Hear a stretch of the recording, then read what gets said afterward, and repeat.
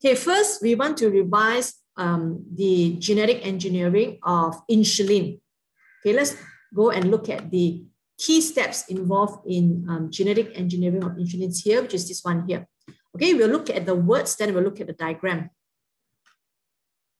So in genetically engineered bacteria to synthesize human insulin, step number 1 is obtain the wanted gene. So the wanted gene here is the human insulin gene. So first obtain the wanted gene. You have learned there are 3 ways, right? Either from DNA to DNA, from mRNA to DNA, or from protein to DNA. And we use the method from mRNA to cDNA because when a cell expresses the gene, many copies of mRNA will be produced. So it's easier to isolate many copies of the same RNA than to go to the nucleus and try to isolate a pair of genes, right, that code for the insulin. So then after you isolate the mRNA, you convert to double-stranded cDNA. Then we got very few copies, so we have to amplify that double-stranded cDNA. So amplify means you clone. Clone means make multiple copies. Copies means exactly the same, like you photocopy, right? Copy is exactly the same. So clone means make multiple copy of the cDNA by polymerase chain reaction. So in that question that you're going to discuss, they actually ask you about polymerase chain reaction, ask you about the tag polymerase that you use in this PCR method, okay? But we go through all the steps in GE of human insulin, then we come back to the polymerase chain reaction and the enzyme involved in polymerase chain reaction, okay? So after PCR, we will process the cDNA by adding start and stop codes, adding leg operon, and add the target sites to both ends of this entire DNA piece to create sticky ends.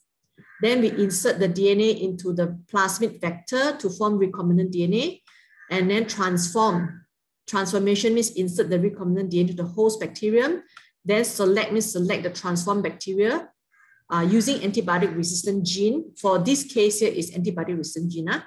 Then we clone and express the insulin gene and harvest the human insulin. Okay, let us look at diagrammatically, it's easier to understand. Okay. Okay, so this diagrammatic representation of the steps for genetic engineer as a whole. Step 1 is obtain the wanted gene. So over here, islets of Langerhans beta cell is the one that will express the insulin gene. So there'll be many copies of the mRNA for the insulin that we produce. So we try to isolate the mRNA, okay? And then we also need to isolate plasmid from the bacteria because plasmid is a vector that we will use to transport our insulin gene to the whole cell.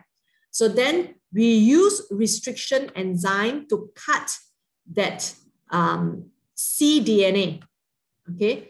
Cut the cDNA at both ends to create sticky end.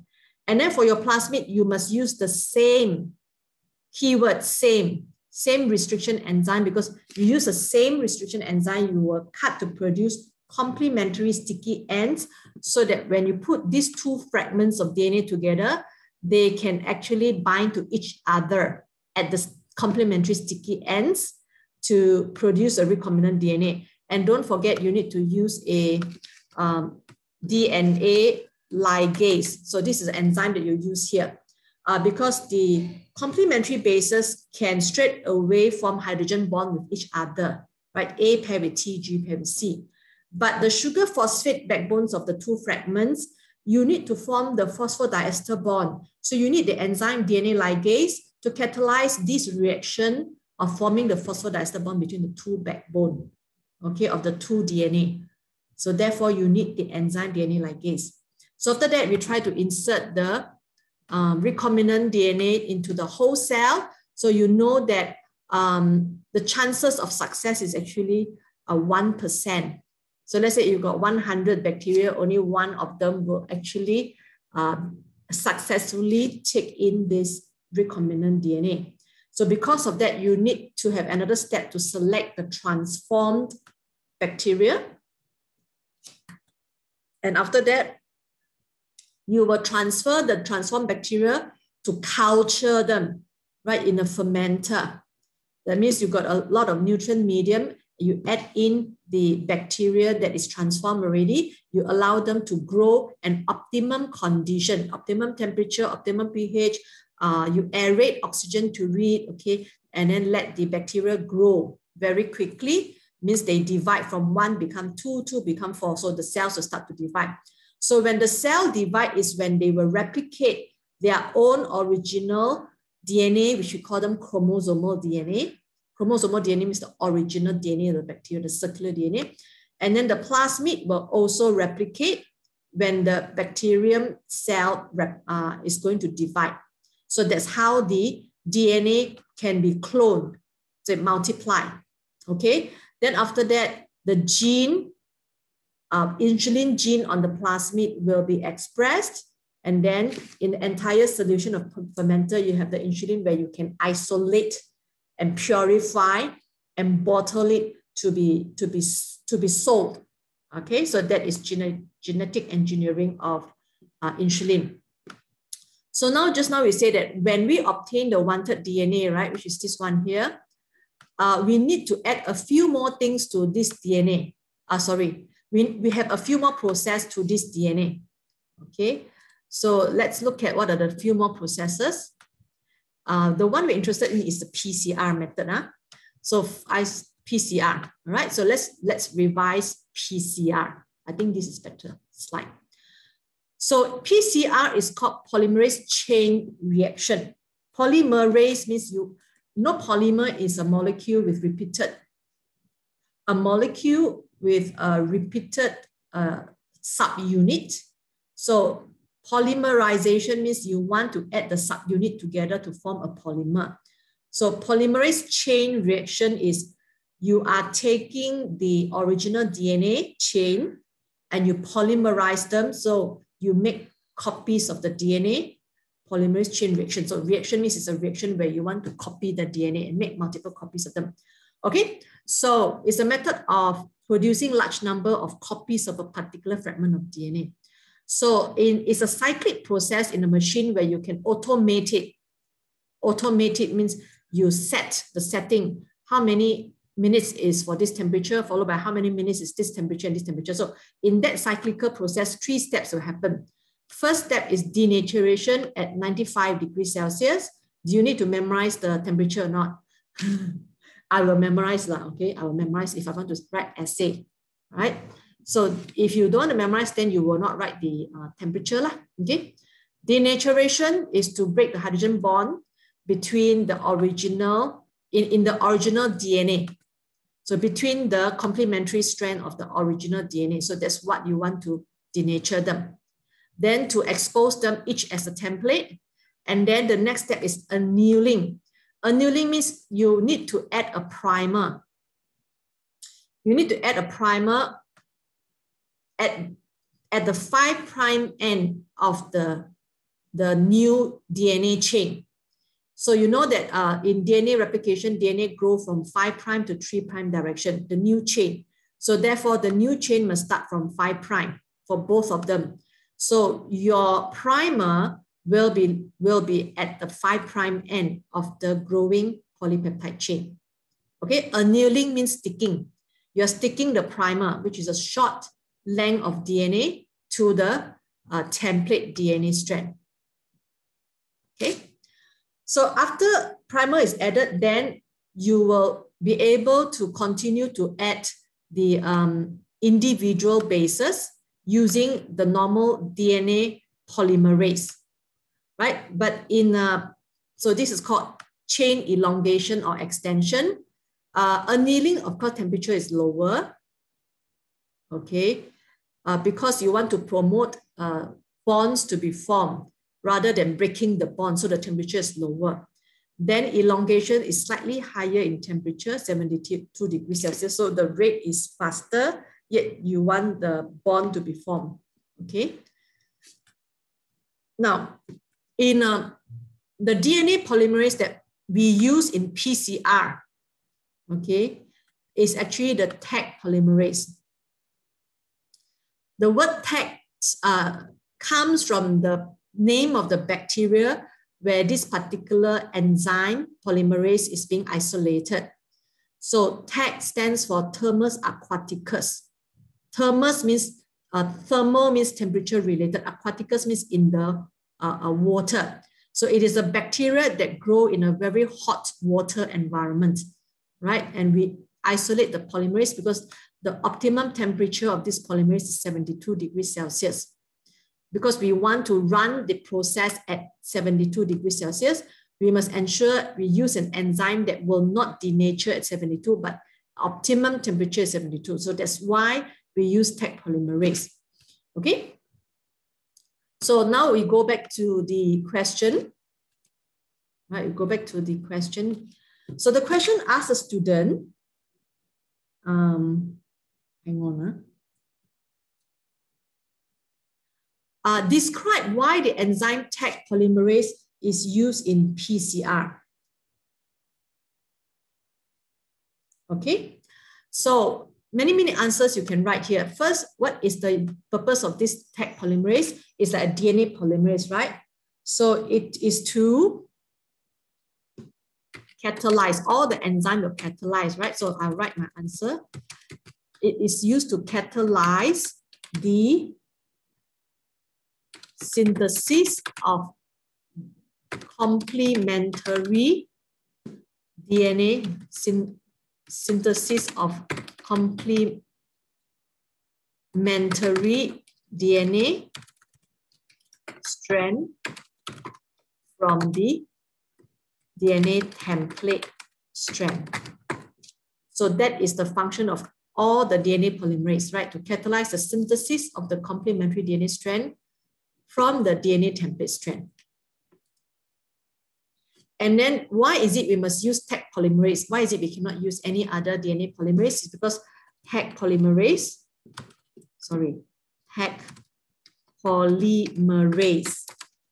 is thermostable, but it is got high optimum temperature.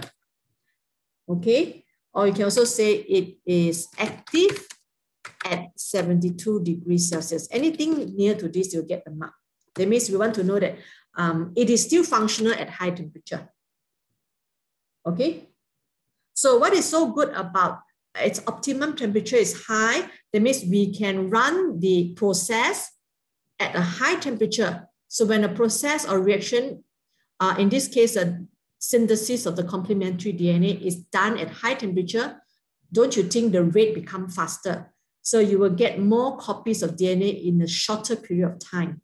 So that's why when you use this enzyme, it allows you to run the process at high temperature so that the process is faster. What process? We can say the PCR. PCR, polymerase chain reaction process, will be faster. That means you can get more DNA in a shorter period of time. Okay, more DNA. Oh, God. Okay, technical error. Can I redo? No. Okay, most thermostable. So can get more DNA in shorter time. Okay, faster rates. Now there's some more information that I can give you based on the mark schema.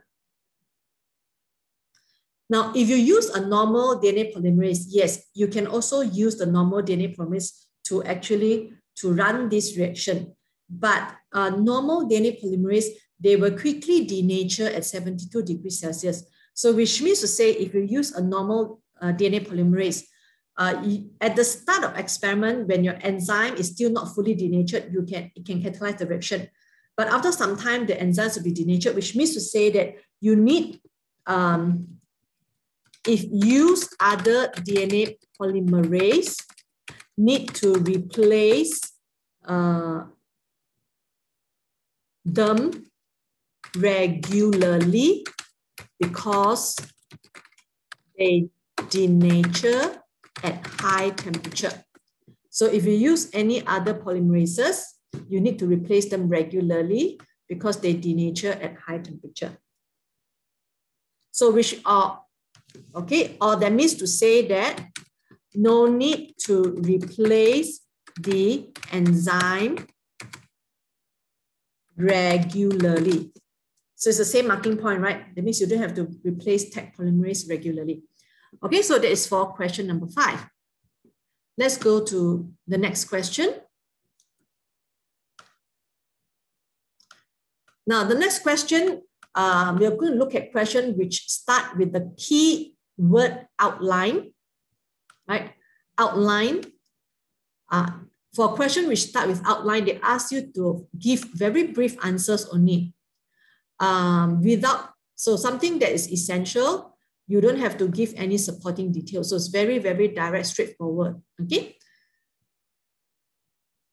So number 1, outline what is meant by the term ecosystem. So that means this is actually definition, right? So remember what is ecosystem, the key words that I've given to you when you learn ecosystem. It is a self-sustained unit, right? Made up of biota and abiota, where biota interact with biota, biota interact with abiota, and their interaction will lead to energy flow and material cycle. Now, these are all the keywords you've learned, but this is a 2-mark question. So what are the 2 points you need to write to score based on the mark scheme?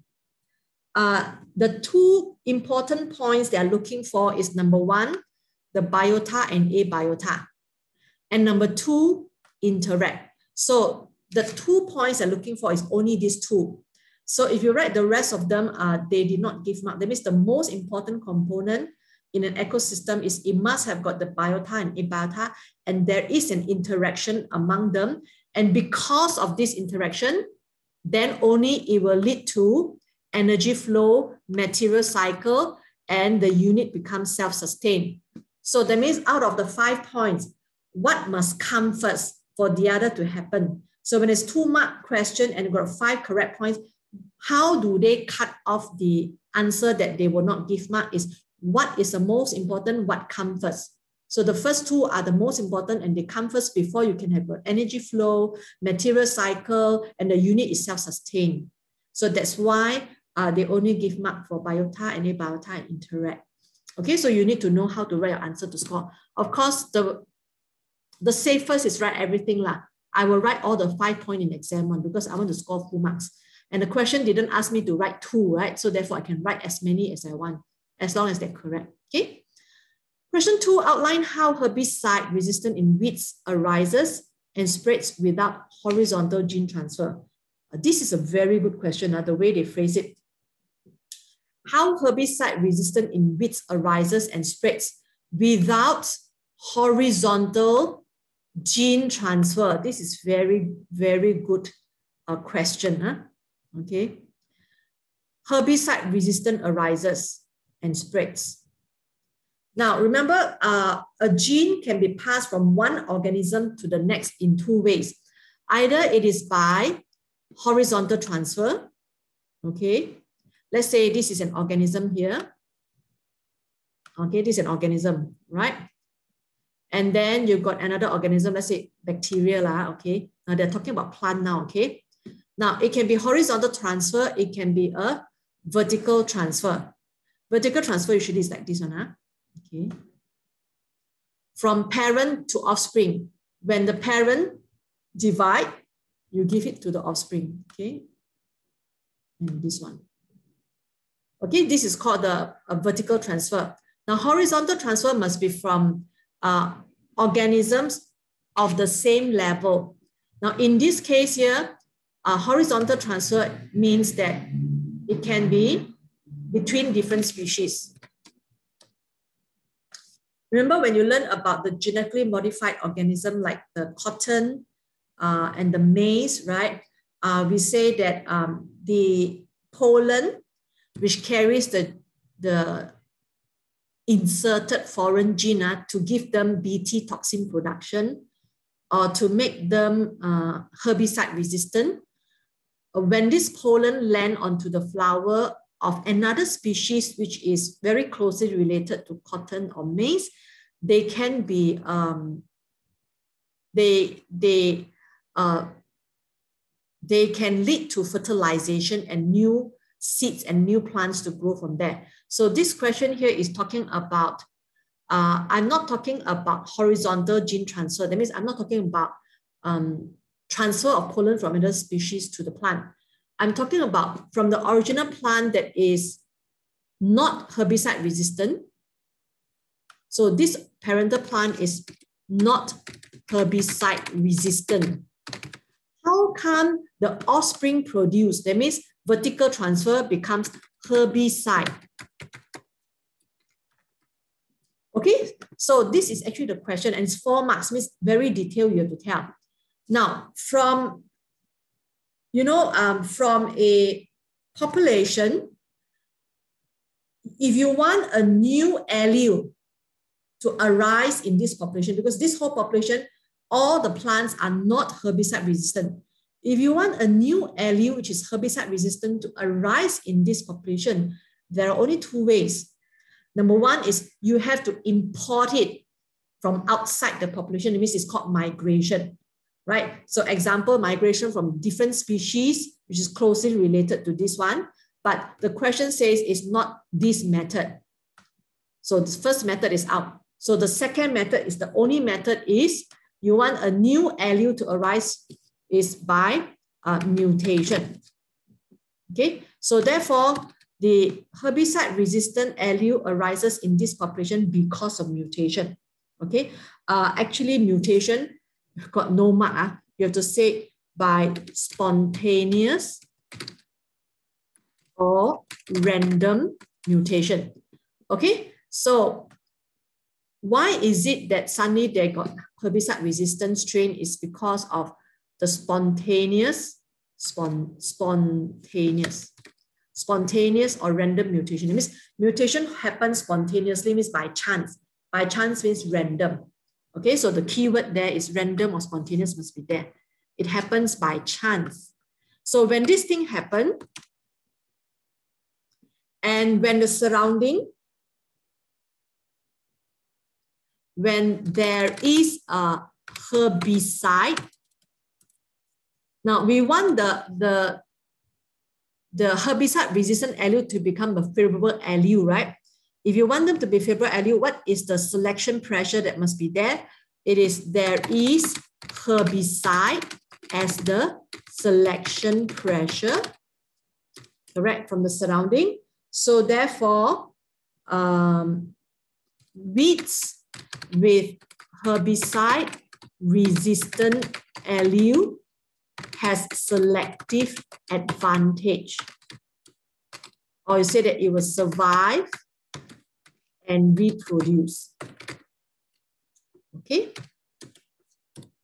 so weeds with herbicide-resistant allele have okay, selective advantage, survive and reproduce. So keyword is selective advantage is 1 mark. All right. It looks like this is another mark. Survive and reproduce is another mark. That means they've got selective advantage is 1 mark. Because of that, they survive and reproduce is another mark. Okay.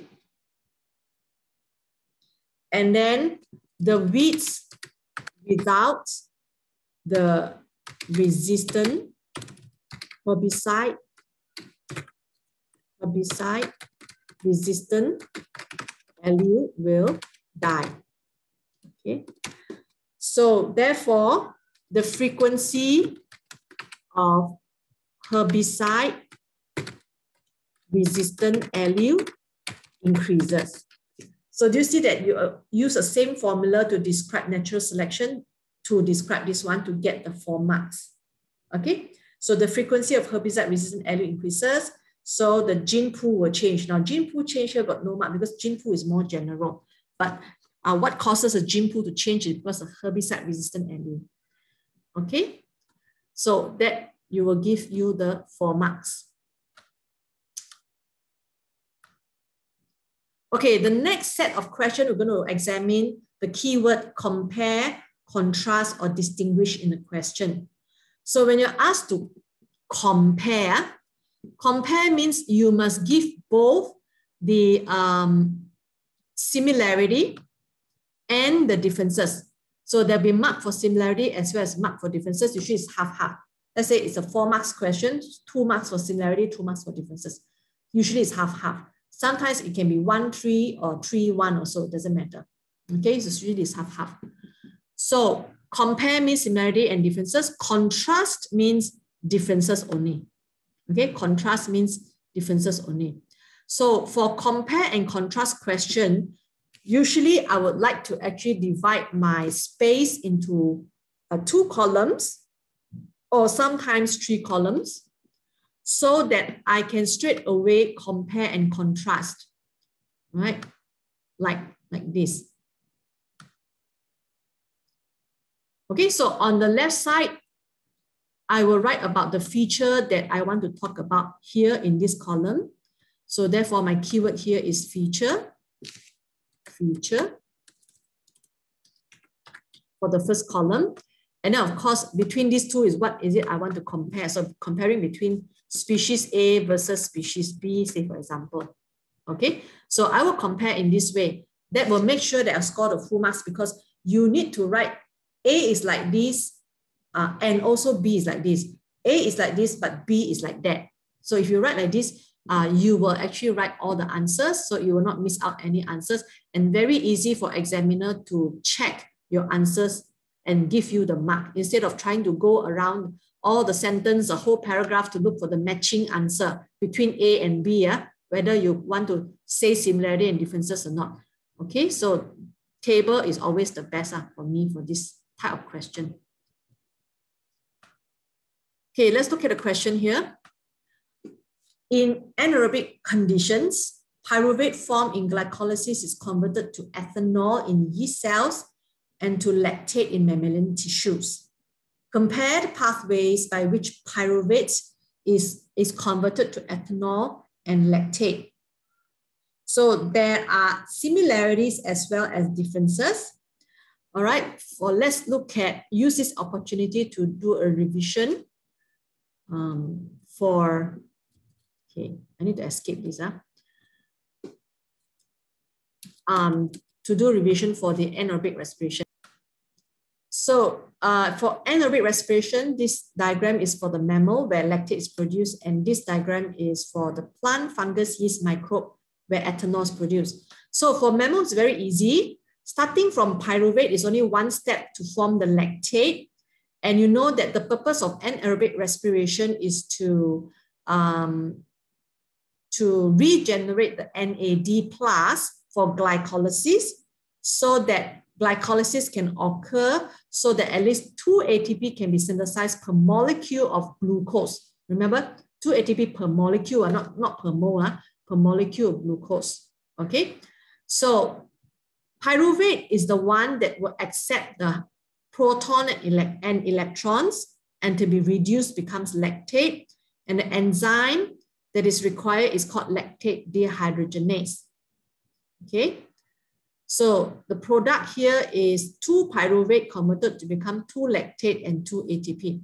Why 2 pyruvate? Is because 1 glucose molecule will, after glycolysis, will give you 2 pyruvate molecules. So it's a balanced equation in terms of number of molecules. Okay. Now, for anaerobic respiration that produces ethanol, it requires 2 steps, right? Starting from pyruvate. First step is decarboxylation. So CO2 will be removed from pyruvate to form ethanol. Now, ethanol is the one that will receive proton and electron from the NADH, okay, in order to form ethanol. So therefore, from ethanol to ethanol is when NAD+ will be regenerated, and the enzyme that catalyzes it is alcohol dehydrogenase. So the balance equation is 2 pyruvate molecules will give you 2 ethanol, 2 CO2, and 2 ATP. Right? So how to write the answer to score here? So we will look at the answer straight away, right? Since it's very, very straightforward.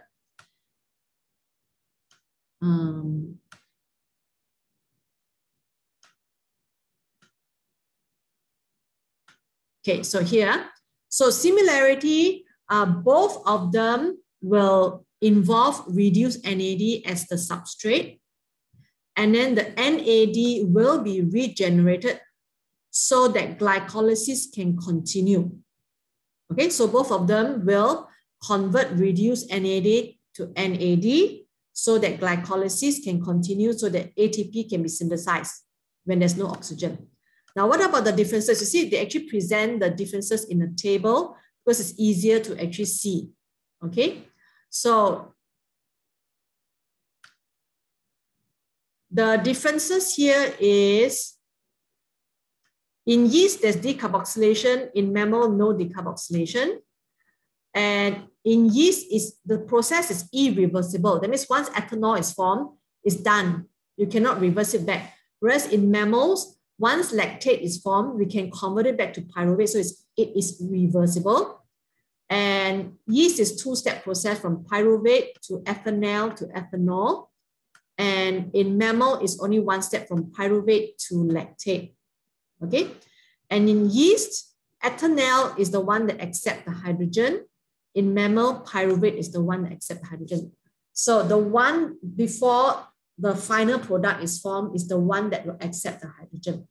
The one before the final product is formed is the one that will accept the hydrogen from NADH plus H plus. Okay. Enzyme, ethanol dehydrogenase, and lactate dehydrogenase. You see, and means you have to write both to score. You write one, you don't write the other, then you cannot. Okay. Or means you write any one of them already is correct. That means decarboxylation will happen in yeast. That means it's already correct. Or there is no decarboxylation in mammal is also correct. Okay. The reaction is irreversible in yeast alone is correct. So that's how they mark the answer. Okay. Because if you say one got, that means the other one don't have lah. Right? But the other one is the reactions are different. So you have to show fully what is a reaction. Okay. Next question. Now, this one is a good opportunity to do revision. Compare the role of meiosis in gametogenesis to produce sperm cells in humans with the role of meiosis in gametogenesis in producing pollen grains in flowering plant. So they ask you to compare gametogenesis, the role of meiosis in gametogenesis in producing sperm cell and in producing pollen grains. So take the opportunity to do the. Okay, so let's look at the gametogenesis for female reproductive organs of plants. So female gametes, they are actually produced in the embryo sac. Okay, for the male is produced in pollen sac. For female gametes are produced in embryo sac. Okay, now embryo sacs develop in ovules. So inside the ovary, we have got either one ovule or many ovules. It depends. For example, you see like chili, right? Chili originally, when it's not fertilized, is actually an ovary of the chili plant. And inside the ovary, there are many, many ovules because after fertilization, every ovule becomes a seed. And that's why you can see chili got many seeds, right? So therefore, the seeds are originally the ovule and they're found inside the ovary. Okay. Now, so we are looking at an ovule now. Now, for every ovule, during gametogenesis, an embryo sac will grow. Okay. And so this is the ovule. Okay. Sorry. This yellow color one is the ovary. And then this small one here is an ovule, right? Attached with funicle to the wall of the ovary. So this whole thing is called the ovule.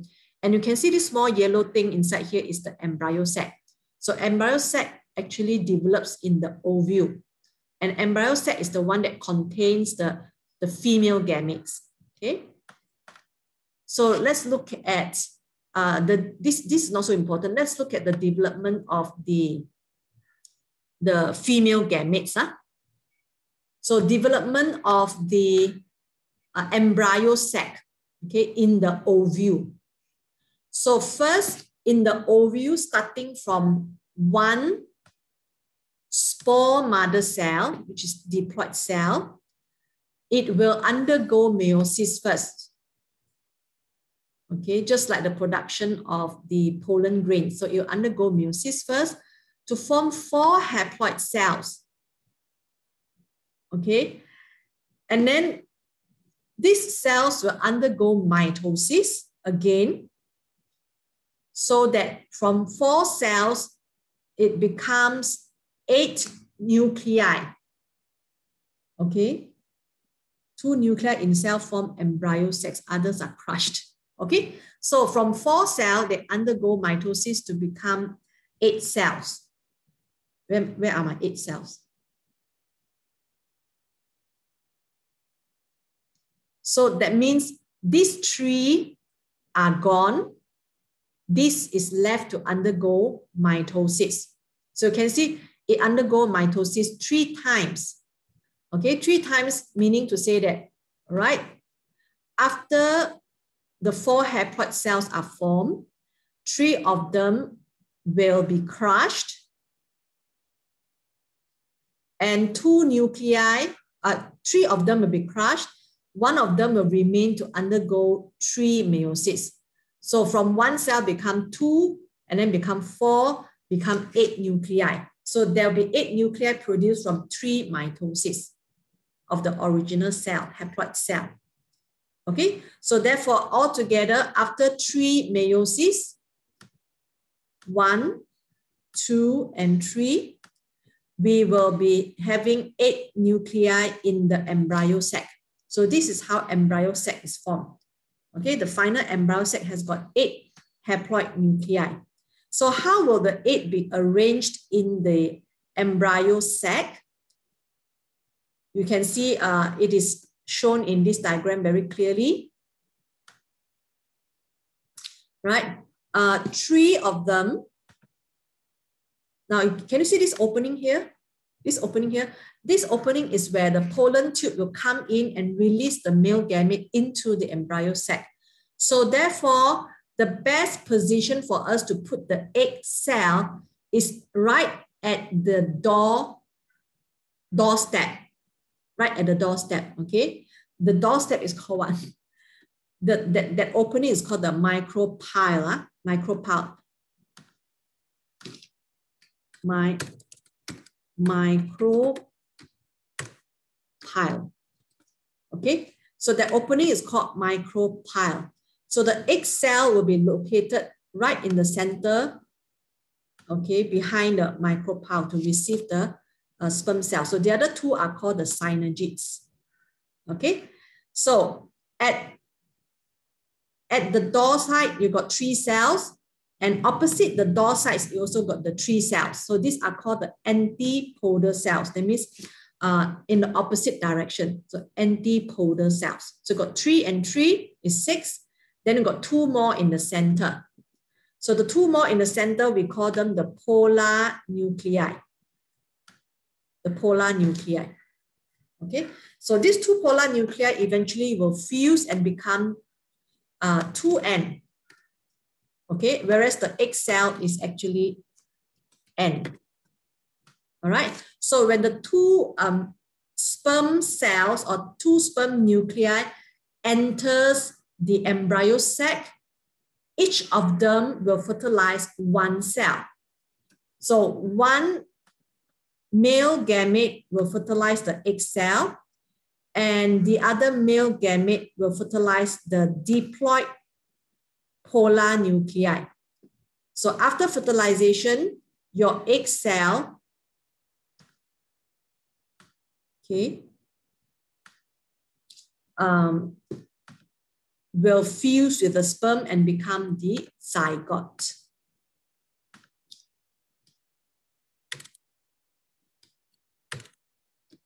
And then the polar nuclei will fuse with the sperm cell and it will form the endosperm. So endosperm cells are all 3N. Zygote is 2N. So zygote will divide by mitosis to form embryo, And after that, you form the plumule and the radicle, okay, which is part of the embryo. So that's what you see inside the seed. So inside the seed, you've got the endosperm, okay, endosperm, which is actually this one here. And inside the endosperm, you've got the embryo, which is a little baby. Embryo is the little baby plant, which looks like a plant, huh? Okay, the little baby, you can draw it this way, okay.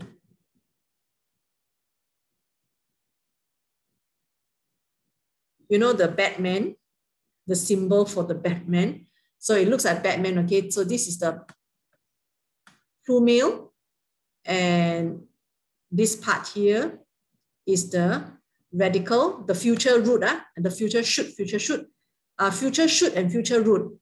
And then these two pieces are we so-called the seed leaf, cotyledon. So they are the cotyledon. So dicot got 2, monocot got 1, okay? So that's where the embryo will be formed, cotyledon. Okay, so we have actually revised the entire gametogenesis for mammals, for production of sperm cells as well as production of ovum. We have also looked at the gametogenesis in flowering plant, in the production of pollen grains, as well as the production of embryo sac. Okay, so now we're going to answer the question. Clear all. So answer one last question for today. Right. Compare the role of meiosis in gametogenesis to produce sperm cells in human with that in the production of pollen grains in flowering plants. Okay, so we will look at the mark scheme directly. All right, shall we?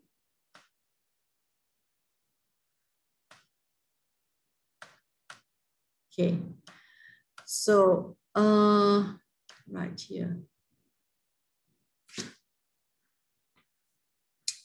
Okay, similarity. So let's look at the products. Both produces 4 cells. Meiosis have reduced the chromosome number to half. Both produce genetically variable cells because meiosis happens. So these are the similarity. What is the differences is, now sperm is a gamete, whereas pollen grain is not the male gamete. Pollen grain contain 2 nuclei. One is generative nuclei and one is the tube nuclei. Both are not male gametes. Okay. So, yeah. So one is to produce a sperm cell. The other one is produce pollen grain. Okay. Sperm cells have 1 haploid nucleus.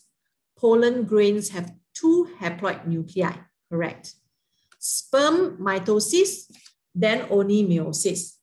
Pollen grains meiosis, then only mitosis. Okay, so I'll stop here today. We will continue with the discussion of the remainder of the question tomorrow, okay?